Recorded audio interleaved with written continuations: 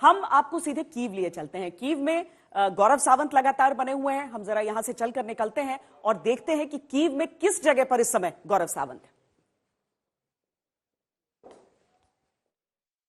गौरव, सबसे गंभीर स्थिति यहां पर आप कीव में उसके बावजूद अभी भी डटे हुए हैं, क्योंकि आज तक बिल्कुल ग्राउंड से लाता है रिपोर्ट्स, लेकिन उम्मीद है आपने अपनी सुरक्षा के इंतजाम कर लिए हैं। गौरव,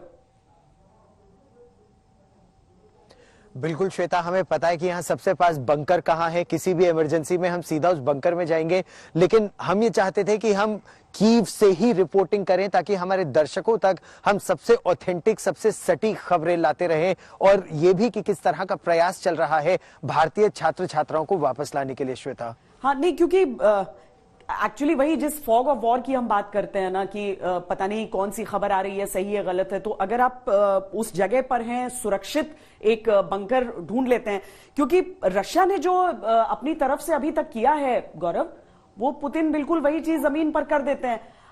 आज की जो एडवाइजरी थी, कितना सीरियसली उसे लिया गया और कितनी संख्या में आपने लोगों को निकलते देखा? आज अब से थोड़ी देर पहले जब हम रेलवे स्टेशन पे थे तो बड़ी संख्या में लोग निकल रहे थे। आज भारत सरकार की एडवाइजरी, ये तो मतलब बिल्कुल इस तरह की चेतावनी थी कि अब कीव से निकलने में ही भलाई है, और इसीलिए ज्यादातर लोग निकलने का प्रयास कर रहे हैं। कल रूस की तरफ से इस तरह की एडवाइजरी दी गई थी। एक तरह से रूस की तरफ से तो धमकी थी कि अगले 24 घंटे में कीव खाली कर दो, और उसके बाद जो खार्किव में रूस ने किया, उसके बाद तो बहुत क्लियर है कि कीव से निकल जाने में ही भलाई है। श्वेता, और स्टूडेंट्स के मन में कोई डर, कोई दहशत, क्योंकि अब जो आंकड़ा सामने आया उसके बाद, मतलब जो आज अनफॉर्चुनेट घटना हुई है,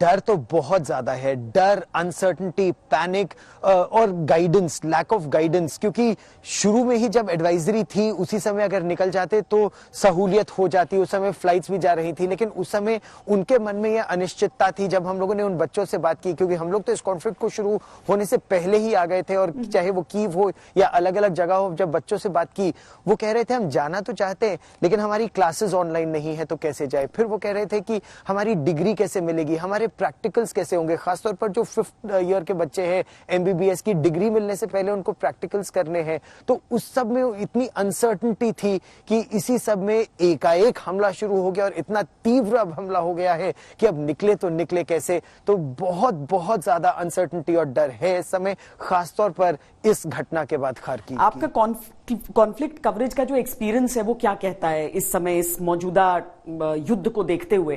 क्योंकि डे 1 से सबको लग रहा था कि रशिया शायद बहुत जल्दी टारगेट कर रहा है कि युद्ध जल्दी से जल्दी खत्म हो, ऐसे भी रशिया के हित में वही होता।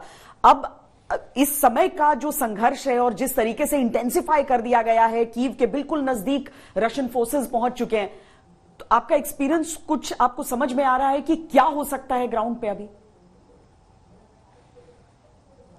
जो यूक्रेन का फाइट बैक है ना, ये इस पूरे ऑपरेशन की एक अलग कहानी ही है। यूक्रेन ने जिस तरह से पलटवार भी किया है और यूक्रेन ने जिस तरह से अपने आप का बचाव भी किया है, संभवतः इसकी अपेक्षा नहीं रही होगी रूस को, या फिर रूस ने जिस तरह शुरू में सिर्फ सर्जिकल स्ट्राइक्स की स्ट्रेटेजिक टारगेट किया, लेकिन अब खार्किव पर उन्होंने उस ऐतिहासिक बिल्डिंग को ध्वस्त कर दिया। उस ऐतिहासिक बिल्डिंग के सामने हम लोग पिछले ही हफ्ते थे, वहां रिपोर्टिंग कर रहे थे खार्किव से, और उसको उन्होंने एक मिसाइल से ध्वस्त कर दिया। श्वेता, मतलब सोचिए इस तरह से उनका ऑपरेशन चल रहा है कि सिविलियन एरियाज भी टारगेट हो रहे हैं। अगर वैसा ही अभी कीव में होने लगा तो ये युद्ध एक बहुत निर्णायक दौर में और बहुत ही दयनीय स्थिति हो जाएगी यहाँ कीव की, कि इतना बस्लिंग यूक्रेन की राजधानी, इतना जबरदस्त शहर, और अगर ऐसा ध्वस्त हो जाएगा तो बहुत ही दुर्भाग्यपूर्ण होगा। वाकई बहुत दुर्भाग्यपूर्ण। गौरव, ख्याल रखिए अपना भी, और पवन जो आपके साथ कैमरा कर रहे हैं, क्योंकि एक टीम की तरह आप लोग पूरे हिंदुस्तान को सारी जानकारी जल्दी से जल्दी दे रहे हैं। बहुत आप लोग ख्याल रखिए।